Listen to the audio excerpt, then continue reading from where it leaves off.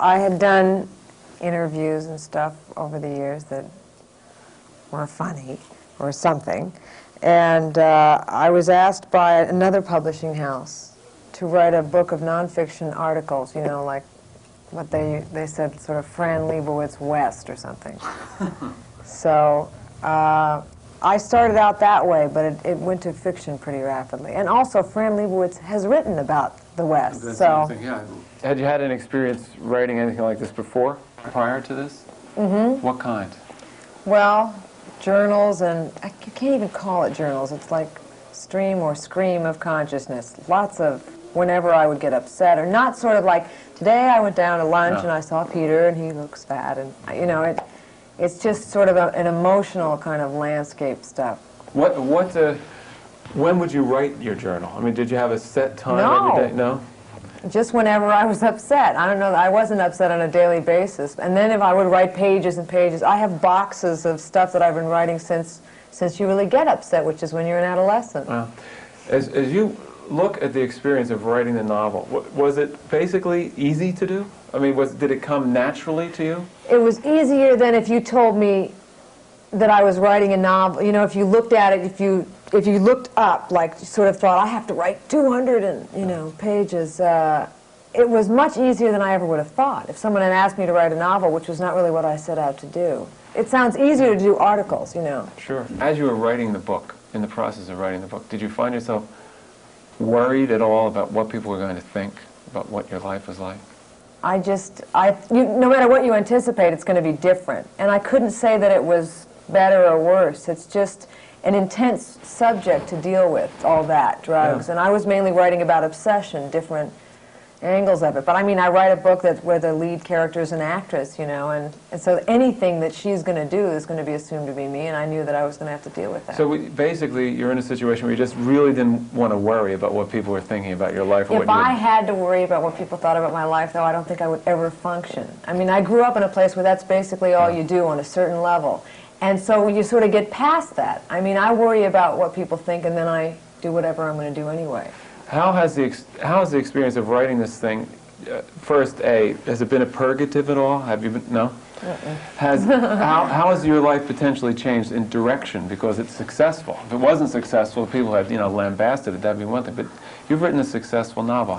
I get to do it again. I'm writing a screenplay I get to write. The great thing about writing is that I can sort of control it, and that's also a lot of pressure.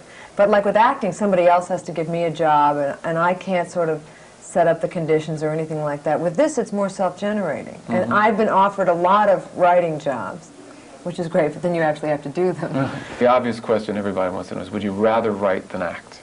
Well, I would rather not have to make the decision. Yeah. You know, I couldn't say. I think initially my mother found a diary of mine that said in it that I wanted to be a writer, and I wasn't really that interested in being an actress. Mm.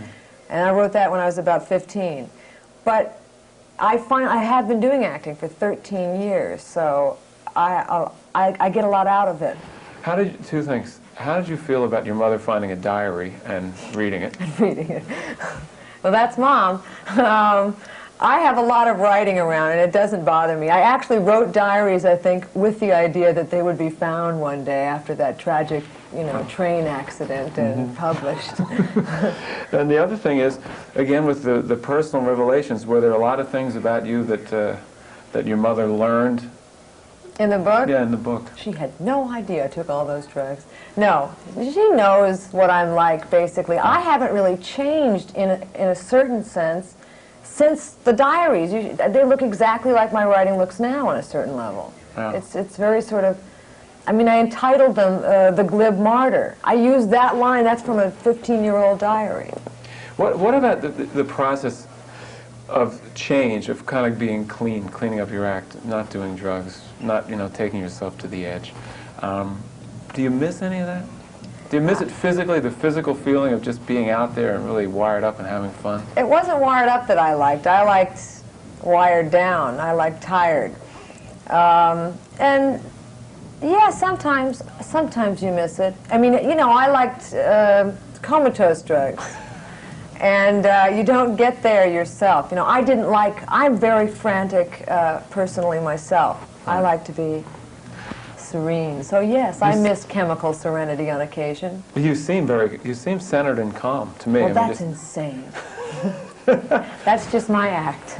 what do you say to a woman or man watching now who really would like to take a shot at writing? I mean, they're not Carrie Fisher, so they don't have the name recognition, but they really feel they've got a good idea. Well, there was a thing that I read that Hemingway said in it, which was when you write the truest thing you know.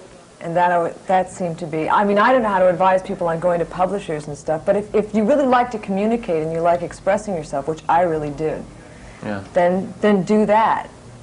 If you really have to do it, do it.